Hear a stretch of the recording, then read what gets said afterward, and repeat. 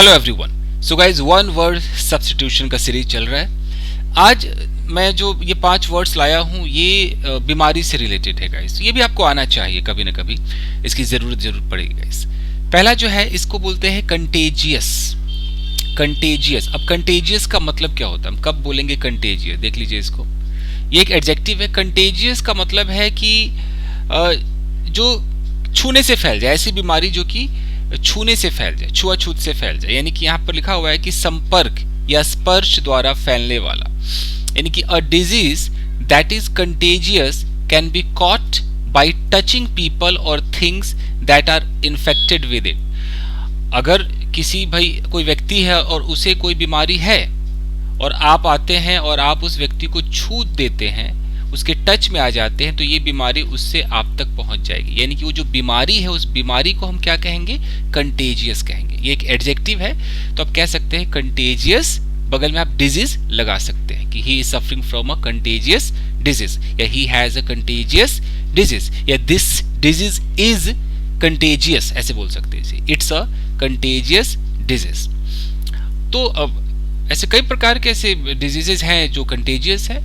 तो आपकी spoken English हो या रिटन इंग्लिश हो, वो अच्छी हो जाएगी। क्या रे यार, तुझे पता नहीं ये कंटेजियस डिजीज है, दूर रहे उससे, stay away from him, it is a contagious disease.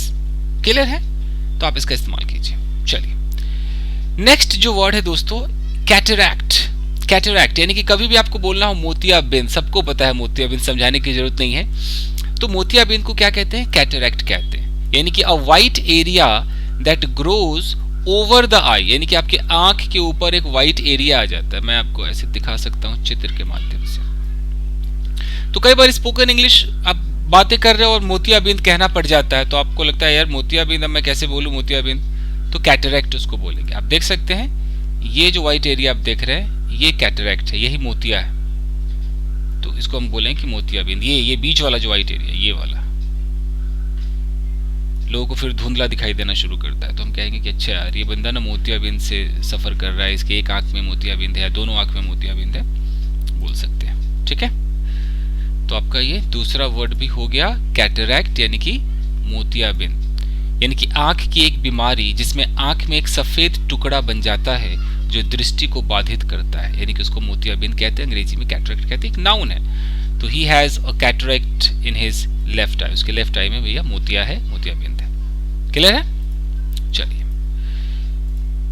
Next, ये कई बार आपने सुना होगा कि अरे यार उसको ना मिर्गी है, मिर्गी का दौरा पड़ा है, उसे मिर्गी है, मिर्गी है। तो मिर्गी मतलब क्या, एपिलेप्सी कहते हैं इसको, एपिलेप्सी। एपिलेप्सी एक नाउन है, एक बीमारी है। कौन सी बीमारी है, आप हिंदी में मिर्गी कहते हैं, अंग्रेज लोग इसको, अब मिर्गी तो पता नहीं वो कैसे समझते हैं। A disease of the brain, ये ब्रेन की एक बीमारी होती है, that can cause a person to become unconscious, या तो वो बिल्कुल बेहोश हो जाएगा, या sometimes with violent movements that he she can not control, कुछ ऐसे उसकी एक्टिविटीज होते हैं, कुछ अजीब सा वो करेगा, कि वो कंट्रोल नहीं कर सकता, वायलेंट हो सकता है, कुछ मुंह शेक भी कर सकता है या वायलेंटली कुछ करेगा, तो हम कहते हैं वो भी इसको मिर्गी आ गया क्या, मिर्गी का दौरा पड़ गया क्या, ऐसा बोलते हैं ना। तो कई बार तो इंसान ऐसे नॉर्मल कॉन्वर्सेशन में ही कोई बहुत ज्यादा अजीब बिजार सा बिहेवियर कर रहा हो तब भी कहते हैं मिर्गी है क्या तेरे को, तो ये एपिलेप्सी है। वाकई बीमारी है तब तो आप एपिलेप्सी बोल ही रहे। कई बार बातों बातों में हम किसी को ऐसे कहने लगते हैं, तो वहां पर भी आप ये एपिलेप्सी का इस्तेमाल कर सकते हैं। He got epilepsy attack last night, यानी कि कल रात को उसे एपिलेप्सी का अटैक आया, मिर्गी का अटैक आया। ठीक है, तो सारे लोगों को पता ही मिर्गी क्या होता है, तो ये इंग्लिश बहुत जरूरी है इसकी।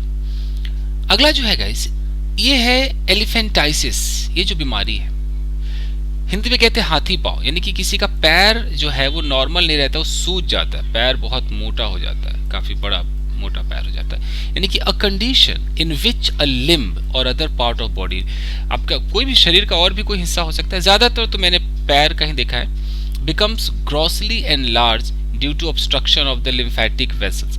अब ये कुछ डॉक्टरी भाषा में लिखा हुआ है, आप बस इतना समझ लीजिए कि जब वो कोई बॉडी पार्ट अजीब, बॉडी पार्ट जब कुछ मोटा हो जाता है, खासकर जो पैर है, तो उसको हम बोलते हैं एलिफेंटाइसिस, यानी कि हाथी पांव। यहाँ भी पांव लिखा हुआ है, यानी कि पैर वाला केस ज्यादा देखने को मिला है। बाकी I am not a doctor, तो मैं बस आपको वर्ड बता सकता हूँ कि हाँ इसकी इंग्लिश ये होती है। आपको दिखा सकता हूँ में, ये देख सकते हैं, देख रहे हैं आप, एक पैर देखिए कैसा है, एक पैर नॉर्मल है, और ये देखिए यानी कि इसको एलिफेंटाइसिस हो गया है, ये एलिफेंटाइसिस है। ठीक है, बाकी अगर इस वीडियो को कोई डॉक्टर देखे तो आप बेटर कमेंट में लिख सकते हैं कि सही है या नहीं है, या कोई और इसका नाम हो तो आप अपने बता सकते हैं, हमें खुशी मिलेगी। चलिए गाइस, तो एलिफेंटाइसिस हो गया। अगला देखें। ठीक है, इसको बोलते हैं ग्वाइटर।